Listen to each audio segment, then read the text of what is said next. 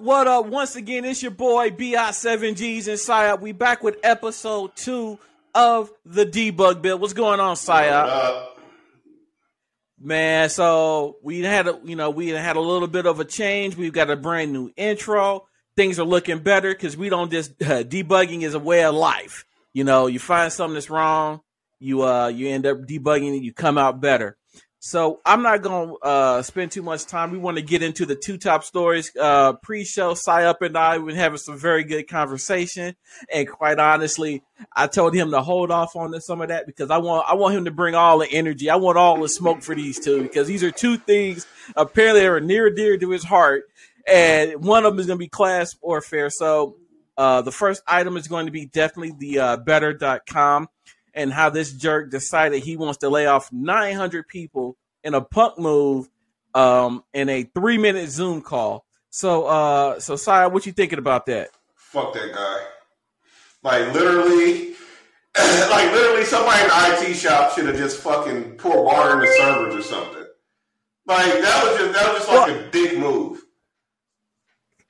I personally, I look at it, you know, the way that he did it, because I've been on the other end of that where they like, you know, hey, we're going to have to lay some people off.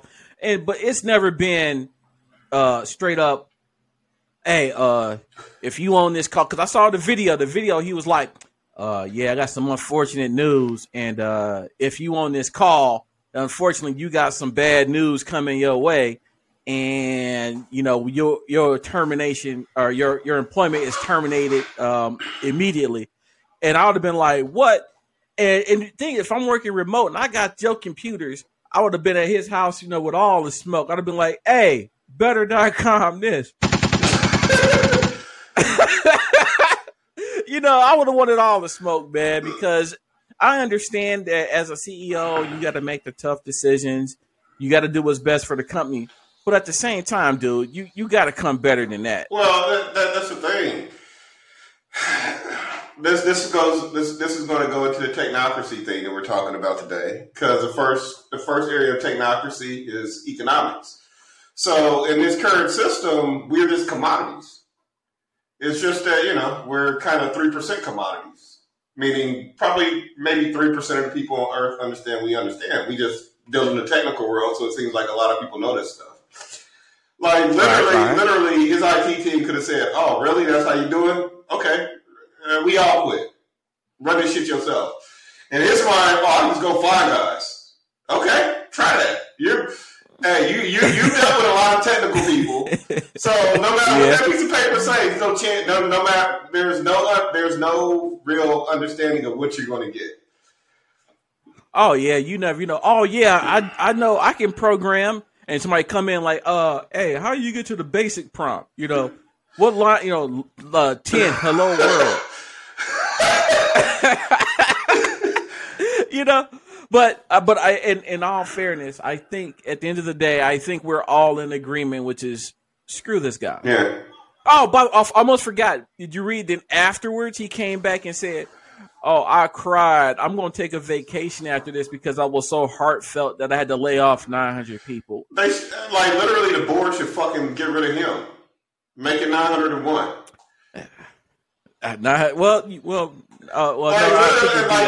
Literally, there's nothing good that can come from this. Like board. Oh, the bad press is the press is just straight up all negative. There's no way, you know, your reputation, which has that intangible of you can guess, you can estimate, but that is an intangible number of how much money that you're going to lose because of all this bad Well, press. Think about it like this. He just probably laid off 900 frontline workers, but now you got the back end workers, which actually have the technical skills and stuff of that nature. They're probably looking like, "Oh, that's how they do it? Shit, I'm about to bounce." So you might inadvertently just lose your best people. Oh yeah, because now you're about to dump a bunch of work on those people that the reason why they were able to excel in their position was because they didn't have to handle everything. Now you're going to put everything in these people's hands, and that's just not fair. But I still say it's a punk move to say I cried and now I'm going on vacation. Hell nah. I see him out. I see his ass out in public. No.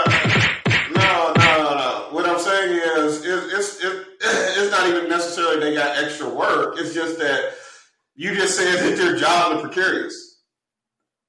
If that's how you're doing, you just said their jobs at this company are precarious.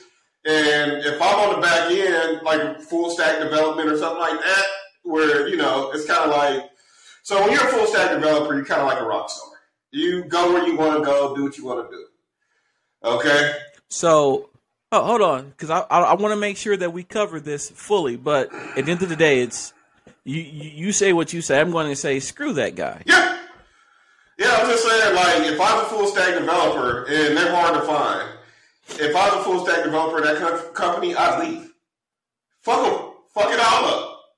And, like, literally, you don't have to do anything malicious. Just leave. Just take your knowledge with you. Hey, that's the one thing. No matter what, they can take your desk. They take everything. One thing a job cannot take from you is your knowledge and skills. Correct. So, on that same note, as you heard in our last episode, I am a Blizzard fanboy. Always have been. Diablo, WoW. Matter of fact, it was PsyOp that actually got me into playing WoW and things of that nature. But there's been a lot of discord at Blizzard the last year roughly. And they have actually been staging walkouts, and they have a GoFundMe for those who have actually walked out. And they're actually starting to unionize. And I want to quote the Washington Post here. There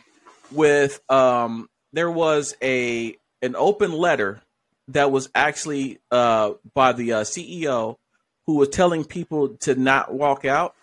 I'm going to read an excerpt of this because this is where it got PsyOp, it got him superheated pre-show.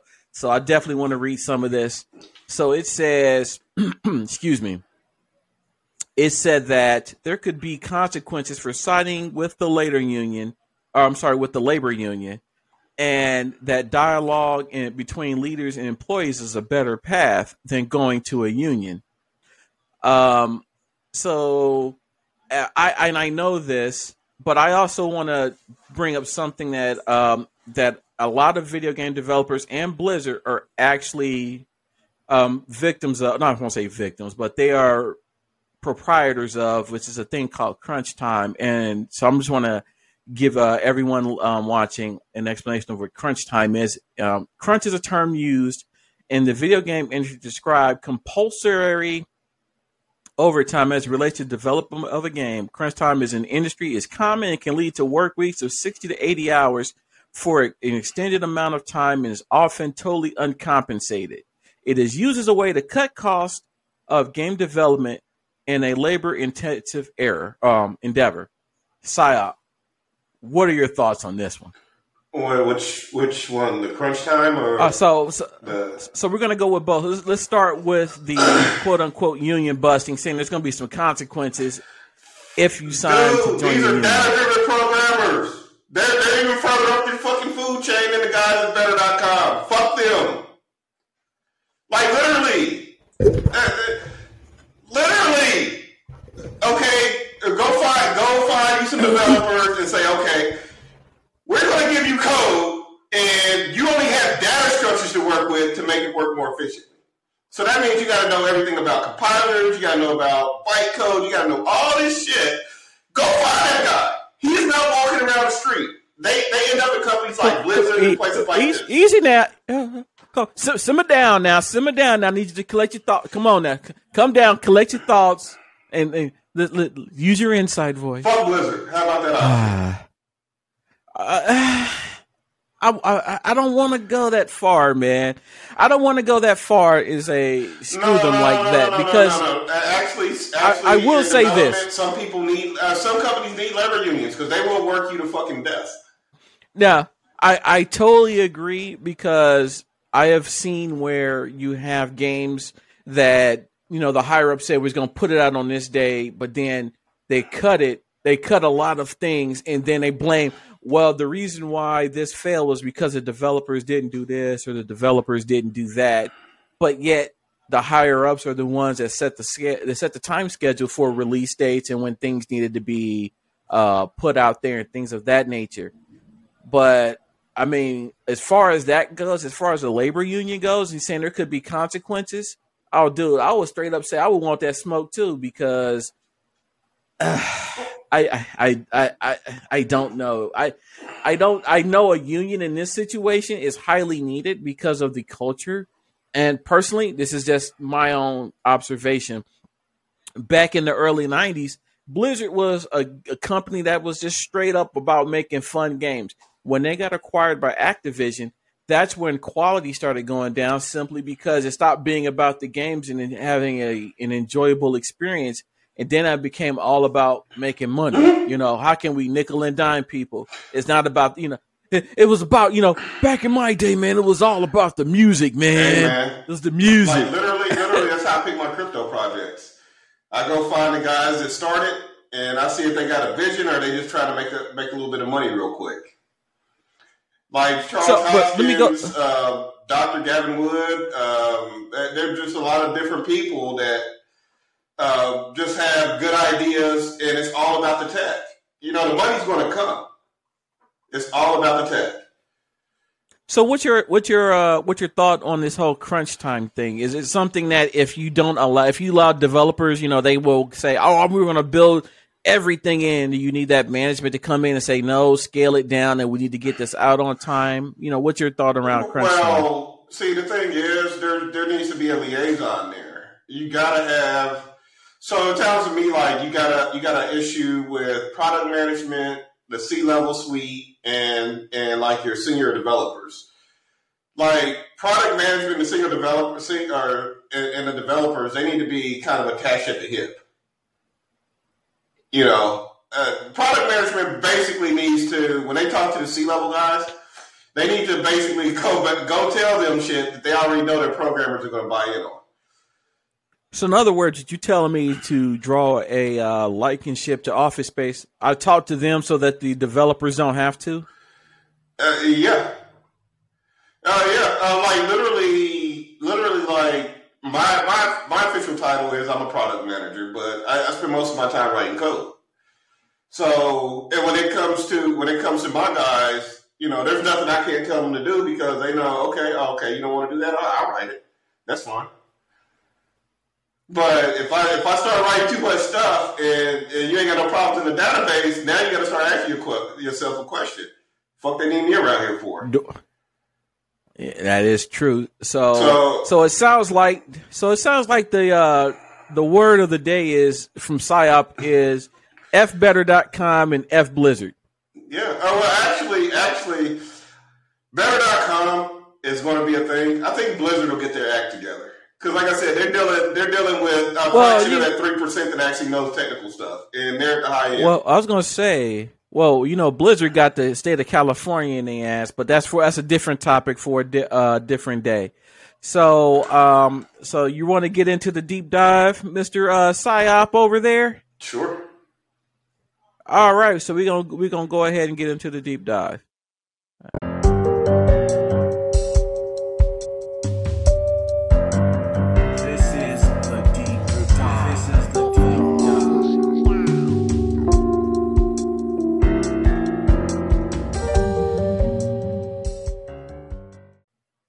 All right, Saab, go ahead and give us what's going on in that deep dive today. Okay, so we're going to continue on the technocracy. So as I said before, there's 10 areas of activity that are controlled by the environment, the government around you. And those areas of activity are economics, education, entertainment, labor, law, politics, religion, sex, war, and health. Okay, so now we'll start on number one. So in a technocratic society, everything is, think about it like an industrial or like I wouldn't say a planned economy, but somewhat a planned economy. Everything's done for a rational reason. And with economics, see, in a technocratic society and economically, you most likely wouldn't have a top-down structure that we have now with companies. You mean like CEO? That level? No, well, I mean, you still have the levels, And those jobs still exist. It's just who owns the company. See, it goes out of the shareholder realm to the worker realm. Actually, the technocracy, a company looks more like a worker-owned co-op. So at Blizzard, the developers are doing 99% of the work, believe it or not. Like, hold on. Let me. Well, what about the guys that are maintaining the servers? I'm talking about like, yeah, you still got them, but you don't have any of that stuff without the developers. That code has to go from your mind onto the screen. Until that happens, you don't have a product. So in a technocracy, the developers would actually, I would say the whole IT team, even the guys that, because the developers would kick over to the IT team like, hey, we write the code, those guys keep the servers running. There you go. That's what I want to hear. We keep the servers running. Yeah, I'm talking about unless you do something like the more you do, the more say you'd have. Right. So, okay. So in other words, let me make sure I understand this. So it's more of a, all right, I put in X amount, so on the other end, I own or I'm responsible for X amount, so I get that much respect on the other end. Yeah, like basically over time you'd be collecting share, and your share of the company would accumulate, and after a while you just, based on your merits, you'd own a lot of the company, or relatively a lot. And that would mean that you have more, I won't say more, you have more respect for the product that you're putting out because you have power. It's part of you. You have power. That'd be like if me and you own, say, 10% of Apple. We put it like this: if me and you own 10% or had interest that could vote 10% of the board in Apple, Apple would be basically at our will. I think their biggest shareholders owns like 5%. That's Warren Buffett. Okay. So it's like but you got Berkshire who has billions of dollars that are just sitting in capital that they can go in and say, okay, I want to own 5% of Apple, or and that's all about putting people on their board. Remember, with the board decides what we making, where we making it, how much we're going to charge for it. If there's any planned obsolescence, it comes from the board. Like the board is pretty much control the company, and you just want to buy so much of a company that you can just have controlling share. Like Berkshire doesn't actually buy up many big companies; they just get controlling share of the companies. So in other words, so you get on the board so you can kind of help steer the boat. Yeah, but yeah. So as if the employees actually had power, they'd be putting people on the board, but it's the shareholders. The shareholders are saying, I'm putting my capital up, which is fine. I get that. I put my money in, blah, blah, blah. But actually, as a programmer, you're taught if you're not 20xing what they pay you, then it's not tractable. Like literally, we gotta put up 20x. As a group, we got to put up 20x what we're making, what we're being paid. So if we got like $1 million in payroll, we got to be making 20 million. That's how that goes. So, and think about it, capital's keeping the majority of that money. Okay. So it's a chicken or egg thing. Now you can have a bunch of capital and get some sucky programmers, and then you got nothing. Or you can have great programmers and no capital. At least you can get a product out, but is it the marketing and all that other stuff? So there's a fine balance there. And also, usually in the C-level, the C-suites and stuff like that, usually it's all about who you know. Like literally, if you start play the game, you got to play the game when you get to that level. Oh yeah. Even before you get there. Like literally, I could be moving up in my company if I wanted to, but I don't want to play the game. My thing is, I just want to be here for the party and then go off and do my own thing. I've never been one that actually wanted to work for somebody. So okay. So how does all of this roll back into the topic for today? The technocracy. Well, that's just one example of what's different. Like, think about it. Work is the most important economic issue that you have as a citizen or as a person. That's where you spend most of your time. That's how you pay your bills. That's how you feed yourself. Everybody looks at economics, but they always overlook the work aspect. Like, I'd rather have more control at work than having more control in the outdated political system. It's kind of like so what you just said. So I'm going to try to relate that into something that hit with me. I went to a store one time, and all right, I got sold where dude said, "What is the one item in your house that you use every day?" And I said, "I don't know." He said, "Your bed." So what you're saying is, I have the more control over that one thing versus, I have the most control there. I spend most of my time in my bed, so I want to put more money and invest more time in a bed because, well, hell, I spend most of my time there. Well, it depends. But what I'm saying is that the concept, yes.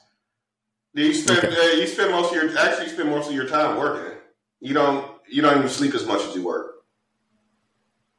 I don't know. I do get some 10-hour days in that bed. We get reacquainted. Mm-hmm. But think about it like this. Have you ever put in a 10, 15, 16-hour day at work? Try not to. Yeah, but I did it once. Yeah, I did it once. But so let me ask you this: would you count being on call as being at work? Yep. Oh yeah. I mean, technically, if that's the case, I've done many 72-hour day. Yeah, well, even anytime you're obligated to be somewhere for some reason that's going to pay you a paycheck, that's part of the job. Yeah, because I have been where the wife will ask if I want to go to the movies, and I'll say, "Nah, I'm on call." And the last thing I want to do is, we gotta go. Right. Yeah. So, and then you go out from. So we're talking about economics and a technocracy. Then you go out from there. What about housing policy? Houses now are made with artificial scarcity. Like in a technocracy, we'd be doubling down on 3D printed houses.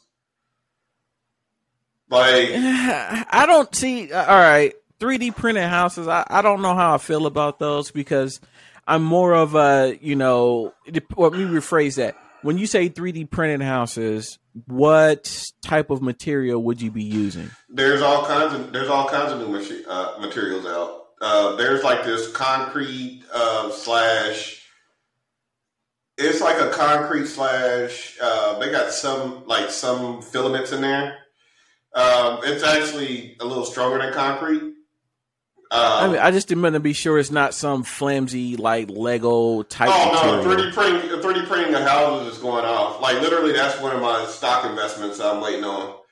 I'm trying to figure out who's going to win that race because the problem we have now is building a house is super labor intensive and it shouldn't be. Like literally, people should be able to buy plots of land and throw a house on there for a little or nothing. Relatively a little or nothing. Mm. Yeah. Well, we have to take in a technocracy, everything's about efficiency and improved processes. So you don't pick the winner. You just say, okay, I think 3D printed technology is a good way to go, and I think we can house this many people. And you look at things like what's the GDP, what's the average income, blah blah blah blah blah. And then, like I said, always in the technocracy, the person that needs the most help gets the most constructive help first. So in that type of that so it would almost be the homeless would be the first ones to get homes. Exactly. Wow. That would definitely help out that. That's one good thing I will definitely say that's a very good thing to have happen. And now when you say the homeless, don't think about just the United States, think about globally. I mean, hey, I understand that, but as my mama told me, you got to take care of home first. So, I'm talking community, city, state. Yeah, country, I'm just saying, you know, like if we can get a running technocracy here in the States, it'll go global. In fact, we're going to have to do it because of China. Like literally, they're going to beat the fuck out of us with their state capitalism, unless we go to something like a technocracy. I mean, I don't know, man. If they got tennis stars coming up missing over there, man. I mean, I know the U.S. has disappeared people too, but I mean, dude, how can you do that if you don't even have people who want to follow the rules that are actually out now? They do. I'm talking about. Think about it. China's walled off. So you're thinking about this from an American perspective. You got to think about. Well, what other perspective? I'm American. That's the only way I know. Oh, you gotta go listen to their propaganda too. See what they pitching.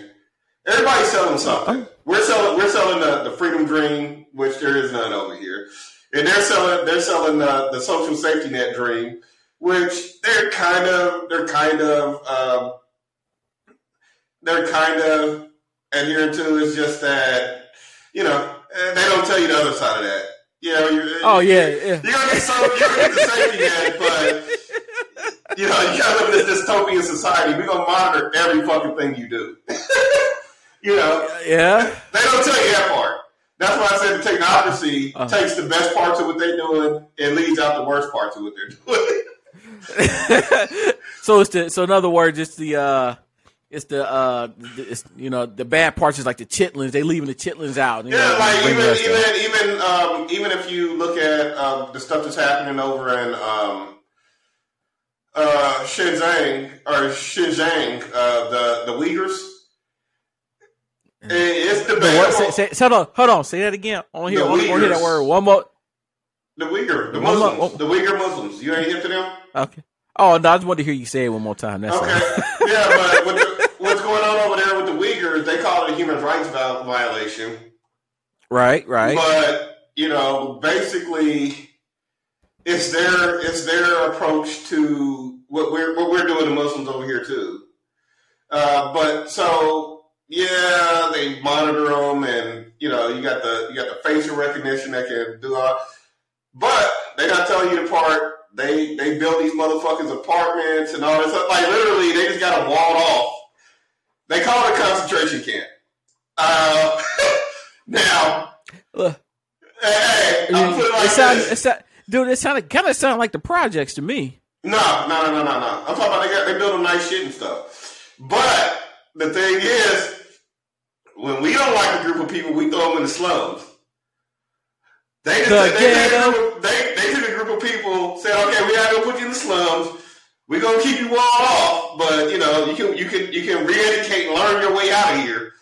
But at the end of the day, it's still fucked up. But here's what we do: we throw motherfuckers in the ghetto with no education and no way out, and say, "Motherfucker, claw your way up."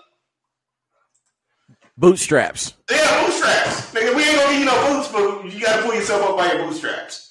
So think about it. If you think about you being poor. Think about you being poor. Now, what system do you want to be under if you're a poor person? Now, mind you, just by you being an American, you're in the top 5% of wealth earners in the world. I think I have a very good idea of which side of that equation I want to be on. Right. So it's like either we're gonna have to combat that, or China's gonna take.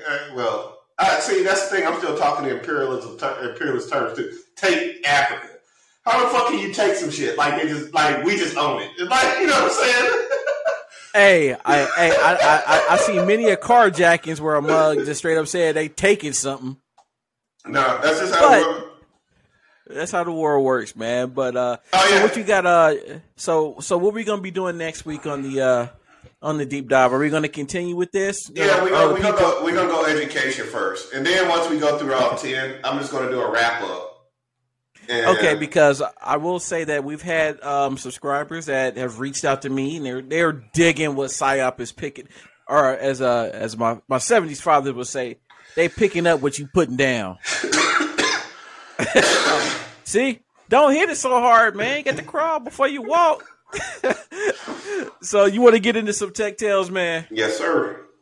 All righty. So that's Psyop the deep dive. It's gonna keep coming at you. You're gonna keep pounding and pounding until you get it in your head.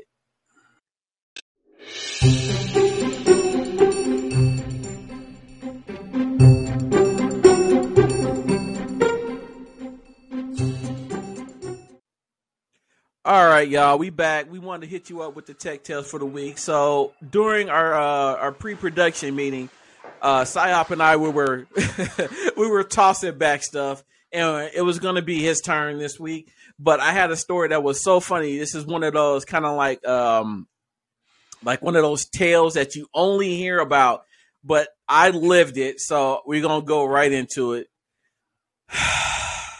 So. When I was, yeah, so, you know, at this time I was doing server support at a financial institution, and we had, you know, we had 1,000 servers we were in charge of. But one of the big things that we did was we had print servers that we were to manage, and we had, as a cost saving measure, we had this tool on it, shall remain nameless, that was tracking how much we should be charged per print impression. And we were finding different ways to actually go about how to scam the system, whether it be printing double-sided, because printing double-sided was only one impression versus printing 2 pages single side. And we had all these different little tricks. And then the company that was charging us per impression, you know, we had our numbers and their numbers, and the numbers never matched up. But regardless of that, so every so often this software would just flip the hell out.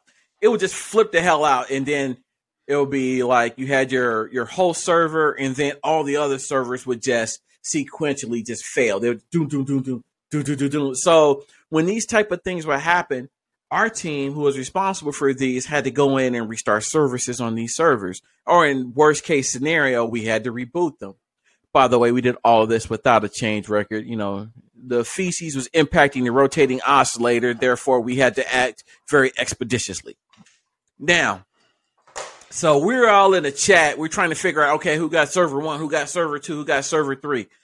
And sometimes you can actually figure out if it's just one server, you restart the services on it. Boom, bang, pow, you're done.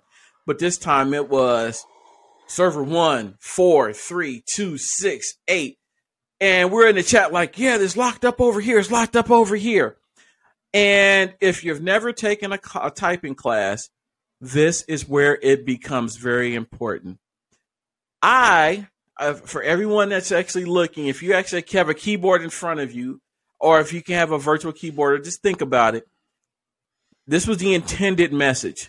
The intended message was, I think we have a bigger problem. Now, when you actually look at the keyboard, I missed that B. I was the only black. I was the only black dude in the group. So you put in this nice chat. So this is for comedy purposes. I don't have a beep button, but it said we have a N-word problem, and I'm in the room with 3 of the people, and all I seen was this.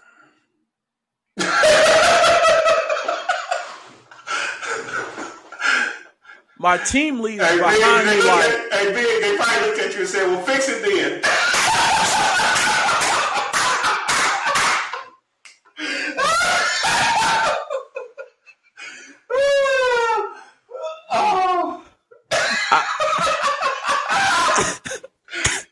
People probably don't realize what you said about it yet. I want y'all to really think about it. You're the only one in the room.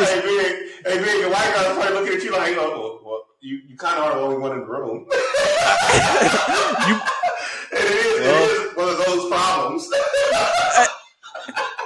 And I felt so small. I looked and said, and for those of you the guys that are watching, it wasn't a vigor problem either. Go the other side of that B. And I'm sitting there and I'm looking like, oh my God, what did I just do? We had guys in Cincinnati. We had, across the country, everybody just looking at me.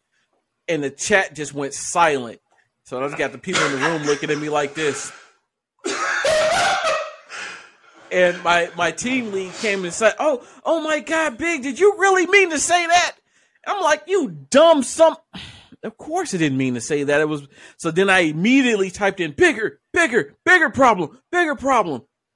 And we solved the issue, and it was never spoken of again. Surprisingly, I didn't go to HR. I guess everyone knew it was a mistake. I hope they know it was a mistake. So actually, if you were white, you probably went to HR. Actually, being black is probably the only thing to save your ass. I'm keeping it a buck with you right now. I'm willing to bet that you're probably right about that. I'm not gonna bet no money on it. I ain't betting one. I'm not betting one red cent on that one at all. So everyone, thank you once again. Thank you for joining us. We actually have some subscribers. So please like, share, and subscribe. If you want to find me, hit me up, Xbox Live, Twitter, Instagram, at BI7Gs. Where can they find you at? They can find me fixing N-word problems. Aren't that about a bitch? All right, ladies and gentlemen, you guys have a wonderful week. We come back in next week with the Debug Bill. We out.